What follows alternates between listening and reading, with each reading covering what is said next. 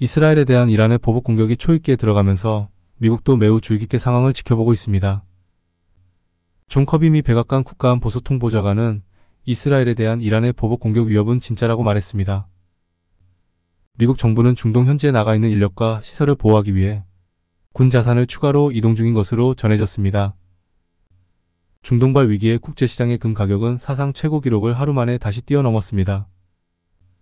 이 같은 금값 고공행진 현상은 중동발 위기감이 확산되자 안전한 투자를 위해 금을 찾는 수요가 늘고 있기 때문인 것으로 분석됩니다.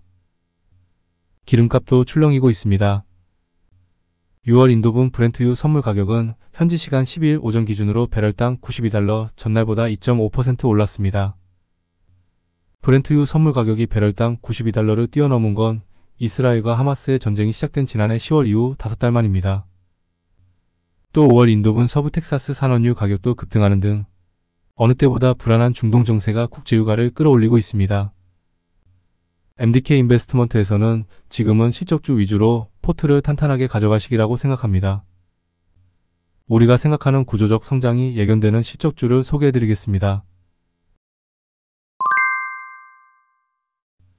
TNL은 지난달 최대 수주 잔고를 기록하며 올해 상반기 역대 최고 실적을 달성할 것으로 전망됩니다. 지난달 수주 잔고가 증가했지만 약 30억 정도의 물량이 2분기로 이연되면서 1분기를 저점으로 2분기 해외 매출액 성장이 더 두드러질 것으로 판단하고 있습니다. 우리는 취향을 타는 소비재는 수요가 변할 수 있겠지만 기능성 소비재는 수요가 계속 늘어날 것이라고 생각합니다.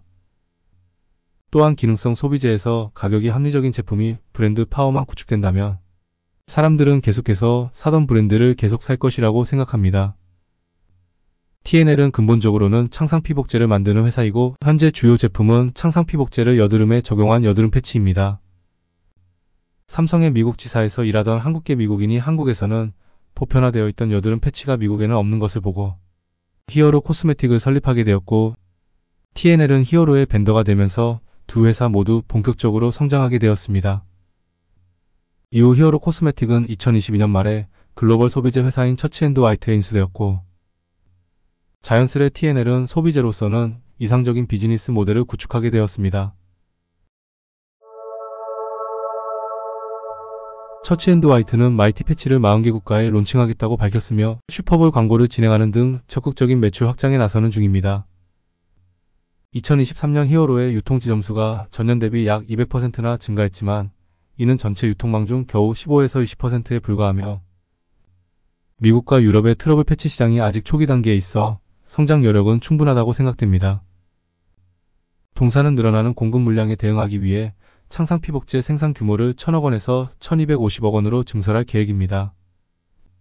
하반기에도 유럽 신규 국가 진출에 의한 재고 축적 수요에 힘입어 매출 성장세가 지속될 것으로 판단되며 올해는 1분기를 저점으로 구조적 성장을 기대합니다. 현재 K뷰티의 인기는 K팝과 K드라마의 인기에 편승한 바가 있지만 근본적으로는 화장품 소비 트렌드의 변화에서 기인합니다. 즉 인플루언서의 영향력 확대, 가성비 소비로의 트렌드 변화, 온라인 소비 확대가 K뷰티 인기의 메인 뼈대라고 할 수 있습니다. 실리콘투의 최근 미국향 화장품 수출 데이터를 살펴보면 23년에 기저가 높았음에도 불구하고 변함없이 양호한 수출 흐름을 보이고 있습니다. 이를 고려했을 때 실리콘투의 미국 사업 흐름 또한 양호할 걸로 판단합니다. 올해 하반기에는 네덜란드 그리고 베트남 법인의 성과가 눈에 띌 걸로 예상합니다.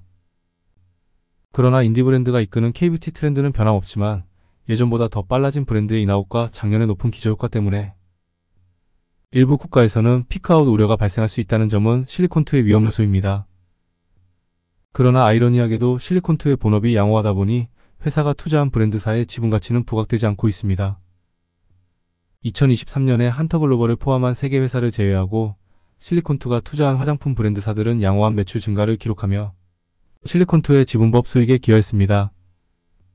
실리콘투가 투자한 회사에서 눈에 띄는 브랜드는 평강률, 토코보, 헤이미시입니다.